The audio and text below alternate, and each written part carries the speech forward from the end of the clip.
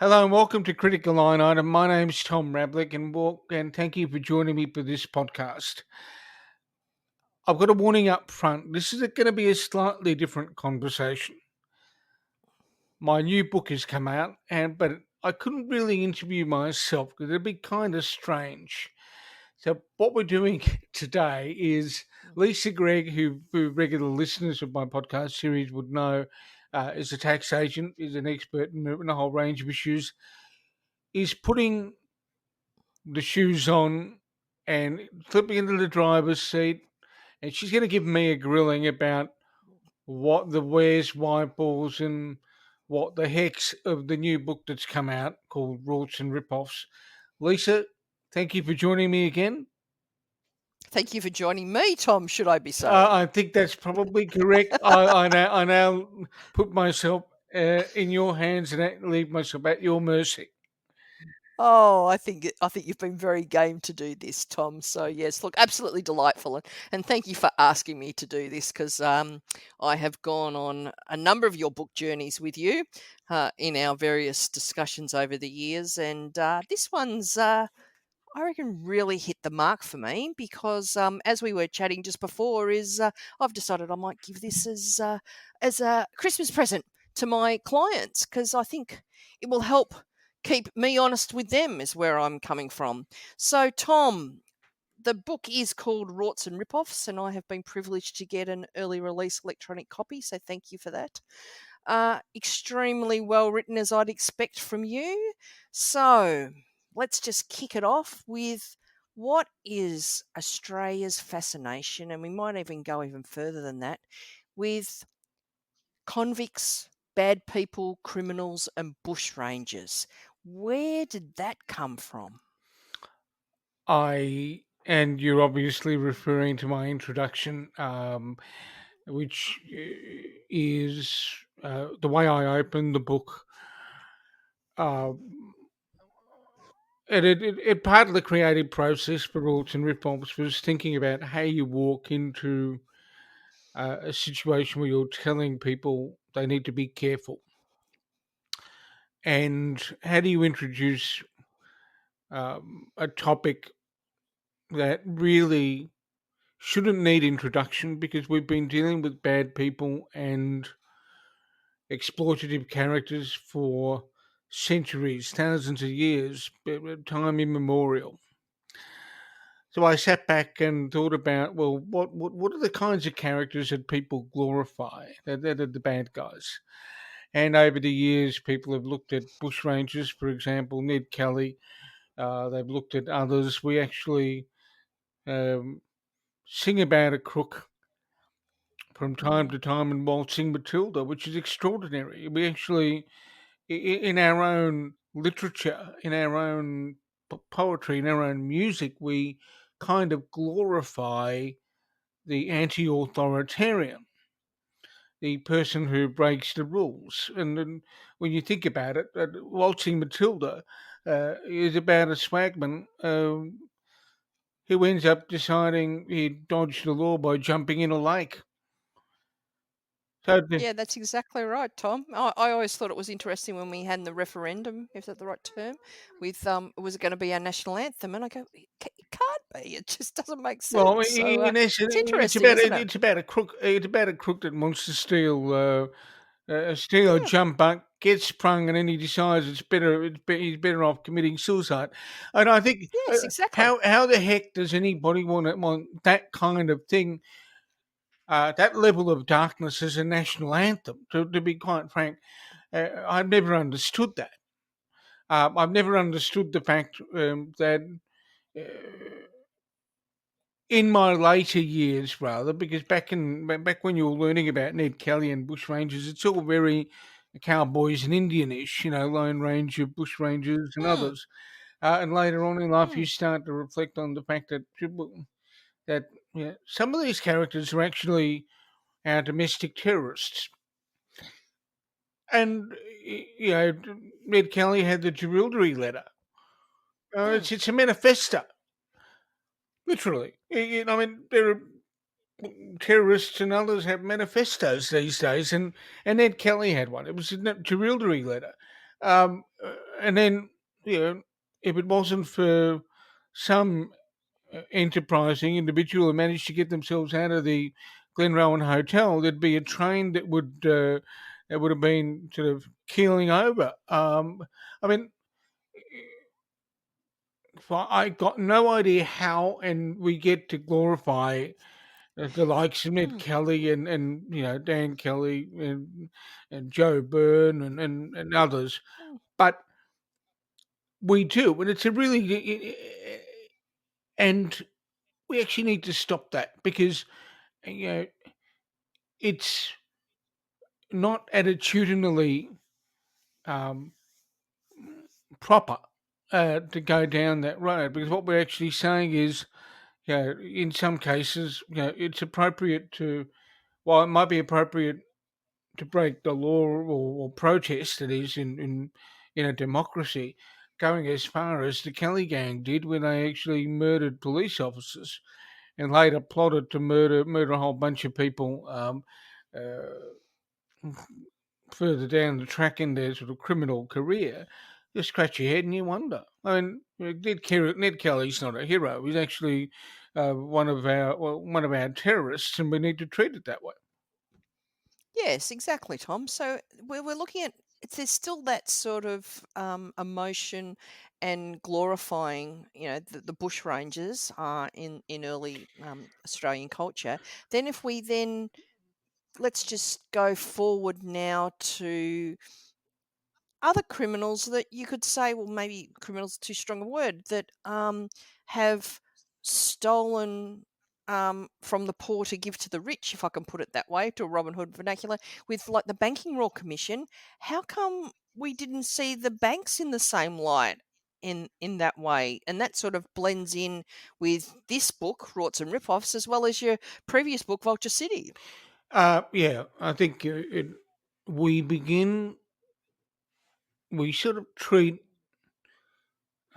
certain types of criminal activity differently, or we treat certain kinds of misconduct differently. Um, uh, and it may have to do with body count and how much blood is spilled in some respects. Because if you begin to think about the way in which, yeah, and I do this in Rorts and Ripoffs, but in a bit more depth in Vulture City for those who want to Mm, go there. If you think about the way in which we think about white collar crime, for example, um, uh, as people became more dependent on advisors, more dependent on professional service providers, uh, they became um, more likely to be exploited by the person they saw as an expert. mm, And over time, that then turns into a situation where people deal with issues um, in a relationship of trust between themselves and an advisor. They think the advisor is doing well for them, or they think the tradesperson's doing it properly because if you can't fix something yourself at home, you would hope that someone you're bringing in to help you is going to fix it and not charge you a mint for the time that they spend on the premises. mm. So it's a reliance or interdependence on certain individuals. When we get to banks and advisors, people are told to sell products to people as if they were doing the customer a favour. Now, the dialogue is probably going to be syrupy. It's probably going to involve people in telling um, not quite half truths, but omitting fact, which is something that Jeff Morris, the CBA whistleblower, spoke about during parliamentary committees over a period of time. He appeared before several parliamentary committees, in fact, and one of the case studies in the book talks about how financial advisors at the Commonwealth Bank were trained not to tell clients about charges they could avoid unless the client specifically asked the question.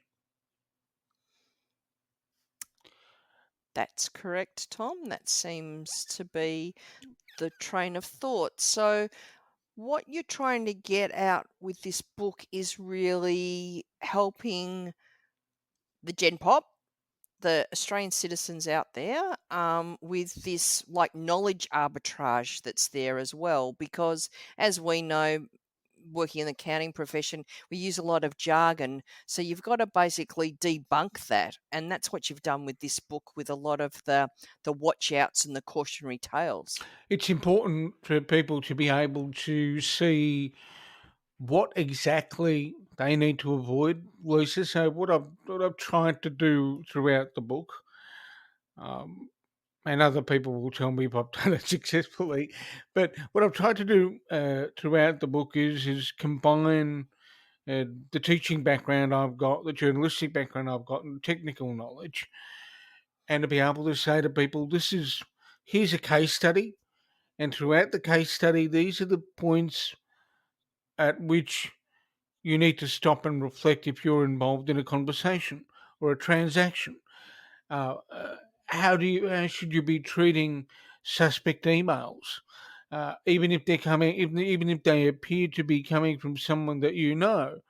Is there a weird looking kind of link? Should you click on it? Obviously not. It might take you somewhere that might, have a malicious piece of software that then goes looking for your personal details in on your computer. Well, uh, in terms of malware, it might sort of do some serious damage to files. All that kind of thing is covered in the book, and it's there to help people avoid getting themselves into strife and raise awareness of the areas that are likely to cause difficulty. Yeah, Tom, you seem to have covered it's a pretty big range of topics actually in the book because you've got the case study aspect and you've got the watch outs and cautionary tales and things like that as well. So I was just thinking, how'd you come up with getting that right mix? Because I've read most of it now, and it's got a nice blend of that. Did you set out by developing this sort of how to manual, if I can call it that? Okay, there were several things I knew I needed to cover. The first is you needed to cover the area of how people get the right advisor.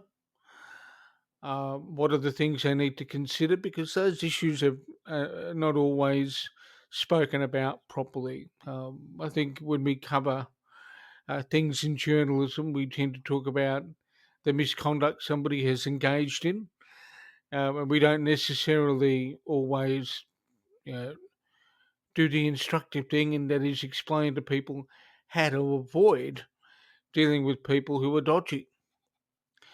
So throughout the book, there are various tips and ideas that I put in to allow people to ask their own questions and to empower them that way. And then we had COVID, so there was a bunch of stuff that came out of COVID as well. The puppy scam resurrected itself during Mm, COVID, so I mm. thought, well, let's write about the puppy scams. They're a perennial scam. They've been around for years, but because people had been encouraged by friends or by social media types to look at buying a pet because pets are good in isolation, all that sort of stuff. Uh, People were starting to look for dogs in places they shouldn't be looking for dogs. And in fact, That just sounded so bad, Tom, but I'll let that one go. they it, the online classifieds, or to the point where you don't even see the animal you're getting, where you don't even Yeah, where you exactly. don't have. It's a supply and demand issue, surely. Yeah, it's a supply and demand issue, but it's also the fact that people may be in a hurry to consummate a transaction or will deliver upon a Mm. transaction. Then they get caught up in that chain of communication, which basically results in them paying lots of money but getting nothing in return. Yeah, it's interesting, isn't it? Because when you're looking at different aspects of what you've covered in the book, there's that element of the maliciousness of the attack, and then you've got the maybe the naivety of the person, or the if they're gullible or not. Um, what do you see as, now that you've researched it and analysed it, what's the bigger impact? Do you think it's the person that is just unaware from a, say, a technology point of view, when clicking on this link and you empty out your bank account? Or is it like, oh, I've got a bridge I can sell you? Are they gullible? Where does that fit into the quantum of concern, let's say, in the Rorts and ripoffs? Okay, there. That's actually a very good question, and I'll break it down into probably two or three parts. The first being um, people who are not technologically literate will get themselves into strife if if they just see something that looks appealing. Um, but that's not the end of the story. There are people who are technologically literate who are in their 20s and 30s, a heck of a lot younger than some other people, who are also getting uh, pulled into scams and similar, because the scammers are modifying their techniques as they go. They're using different kinds of communications, they're using different kinds of messaging platforms to get at people. They're using Facebook to promote things that go to dubious links that might be, as I said earlier, a website might actually be a kind of a Trojan. There might even be a website that is used to harvest information via a phishing campaign that somebody's mounting Mm, to get details, not necessarily uh, to do something with the information at that moment, but they may get somebody's details either to commence another phishing campaign with spoof emails, or even uh, use somebody else's identity, your credit card details, and whatever have you, to buy stuff and move money very, very quickly. So it's a question of awareness of what's going on. Maliciousness, yes, there's always going to be bad guys, but how do you inoculate people from uh, bad guys? And the only way you're going to do that is boost awareness so they're less gullible than they were before they read a book, or before they heard a television segment, or before they heard something on talkback radio, and also ensure that they ask the right questions when they're engaging with people. If you accept everything somebody says to you without any level of skepticism, you're going to get yourself into trouble. And that, I think, is also something that's a valuable lesson for people in the media, people in journalism as well. These days, the electronic environment is king. There are people who would rather you not quiz them face to face or on the phone. They'll give responses via email. So you've got to push a bit harder today than you might have otherwise, because the cut and paste culture has also created um, mm, a, a, a bit of laziness along the way. mm, So, do you think, Tom, that the scams are more effective now in the digital environment than let's say, the old faxes that used to come through in, what would have that been, 30 years ago, from the Nigerian prince, or the door-to-door salesperson that went around trying to offer you, steak knives or brooms or something? Do you think that it's more effective now with the spread of the World Wide Web? Okay, I think the answer to that question is relatively simple, and that is electronic communication has enabled bad actors to spread their net wide. So let's take a number off the top of my head. Let's assume that they send 2,000, 3,000 emails um, via a spoofed email identity that claims to claims that uh, an accountant somewhere in deepest darkest Nigeria has um, their hands on an inheritance that has, belongs to you, and all you have to do is pay some fees up front to get access to that money. Uh, all it takes for these guys to succeed is one or two people to be sufficiently gullible to go down that road.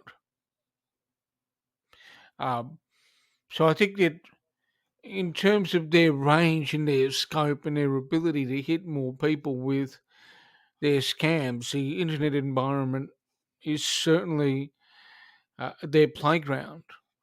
Uh, that said, uh, people that are aware of some of the tricks and games that can be played won't fall for it. But it comes down to education at the end of the day, I think. And that's what your book's out there trying to educate people and to increase people's awareness of it all, isn't it?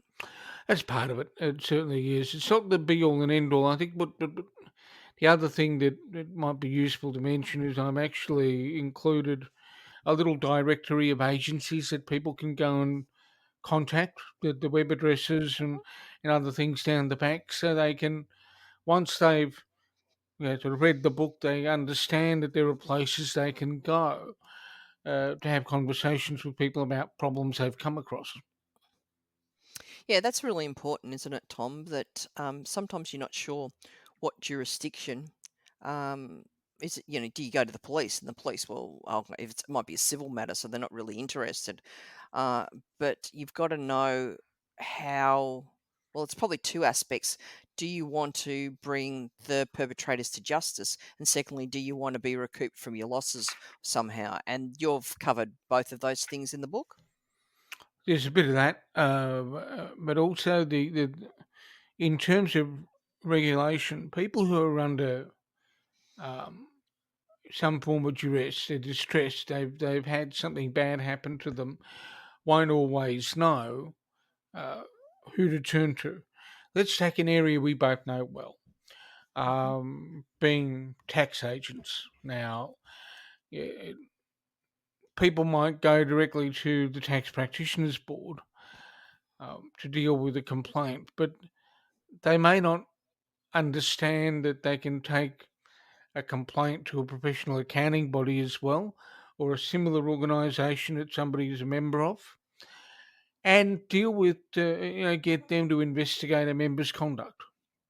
So there's more than one way of dealing with things. Now, I do understand that people who watched the Hayne Royal Commission and looked at the case study related to financial planners and how uh, they get disciplined by a professional body, it would have been a bit disappointed by the way in which that played out with Sam Henderson and the Financial Planning Association. Mm. But that's not necessarily going to be, the normal case in terms of discipline. So I'd encourage people to take action if they feel they need to, and get an accounting body to explore whether there's a complaint that is actionable against a member. It's important also for the professional body's sake because there's no point having a designation you hold up as the gold standard, if you like. If the customers of a professional are running around saying, "Well, this guy's is a member of Body X, and he's done X, Y, and Z to me, or I've lodged a complaint, but nothing's happened, or it's taken forever." It's a reputational management issue because it can rub off on other people too.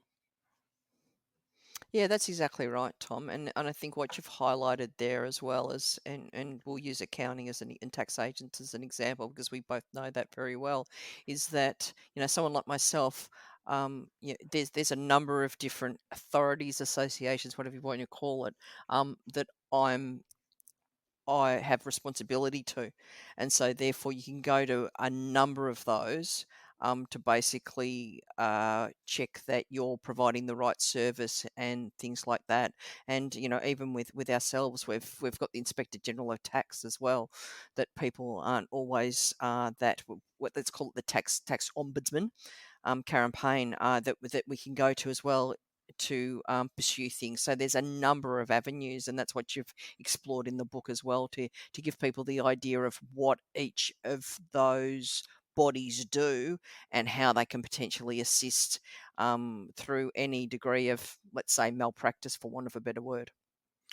Yeah, I think the one authority that I probably didn't touch on that you've mentioned is the Inspector General of Taxation, in part because it's not necessarily the automatic thing that the consumer Mm. deals with in financial advice. That tends to be the institution that goes running after the ATO, and I think that's a separate book entirely. Exactly, but it's just one of those things where there's just so many players that play in the space, and you've really got to debunk, yeah, the nomenclature and the vocabulary, and that's what this book, when I was looking at it, it really brings it back to your general person on the street to be able to understand how they go about things to get the right outcome from themselves. And that's what I'm trying to do in what was it, about 45,000 words is about the correct weight of Rorts and ripoffs. So it was an interesting thing to write, and hopefully people will find it useful when it hits the streets next week. That's exactly right, Tom. So, I hope that I've done okay asking the questions, although I did want to chime in a little bit. But so tell people when. So the book's coming out next Tuesday. Do you said where is it available? And I would recommend it being a really good stocking stuffer for this year. So give a huge plug since it's your podcast at the end to sell some books.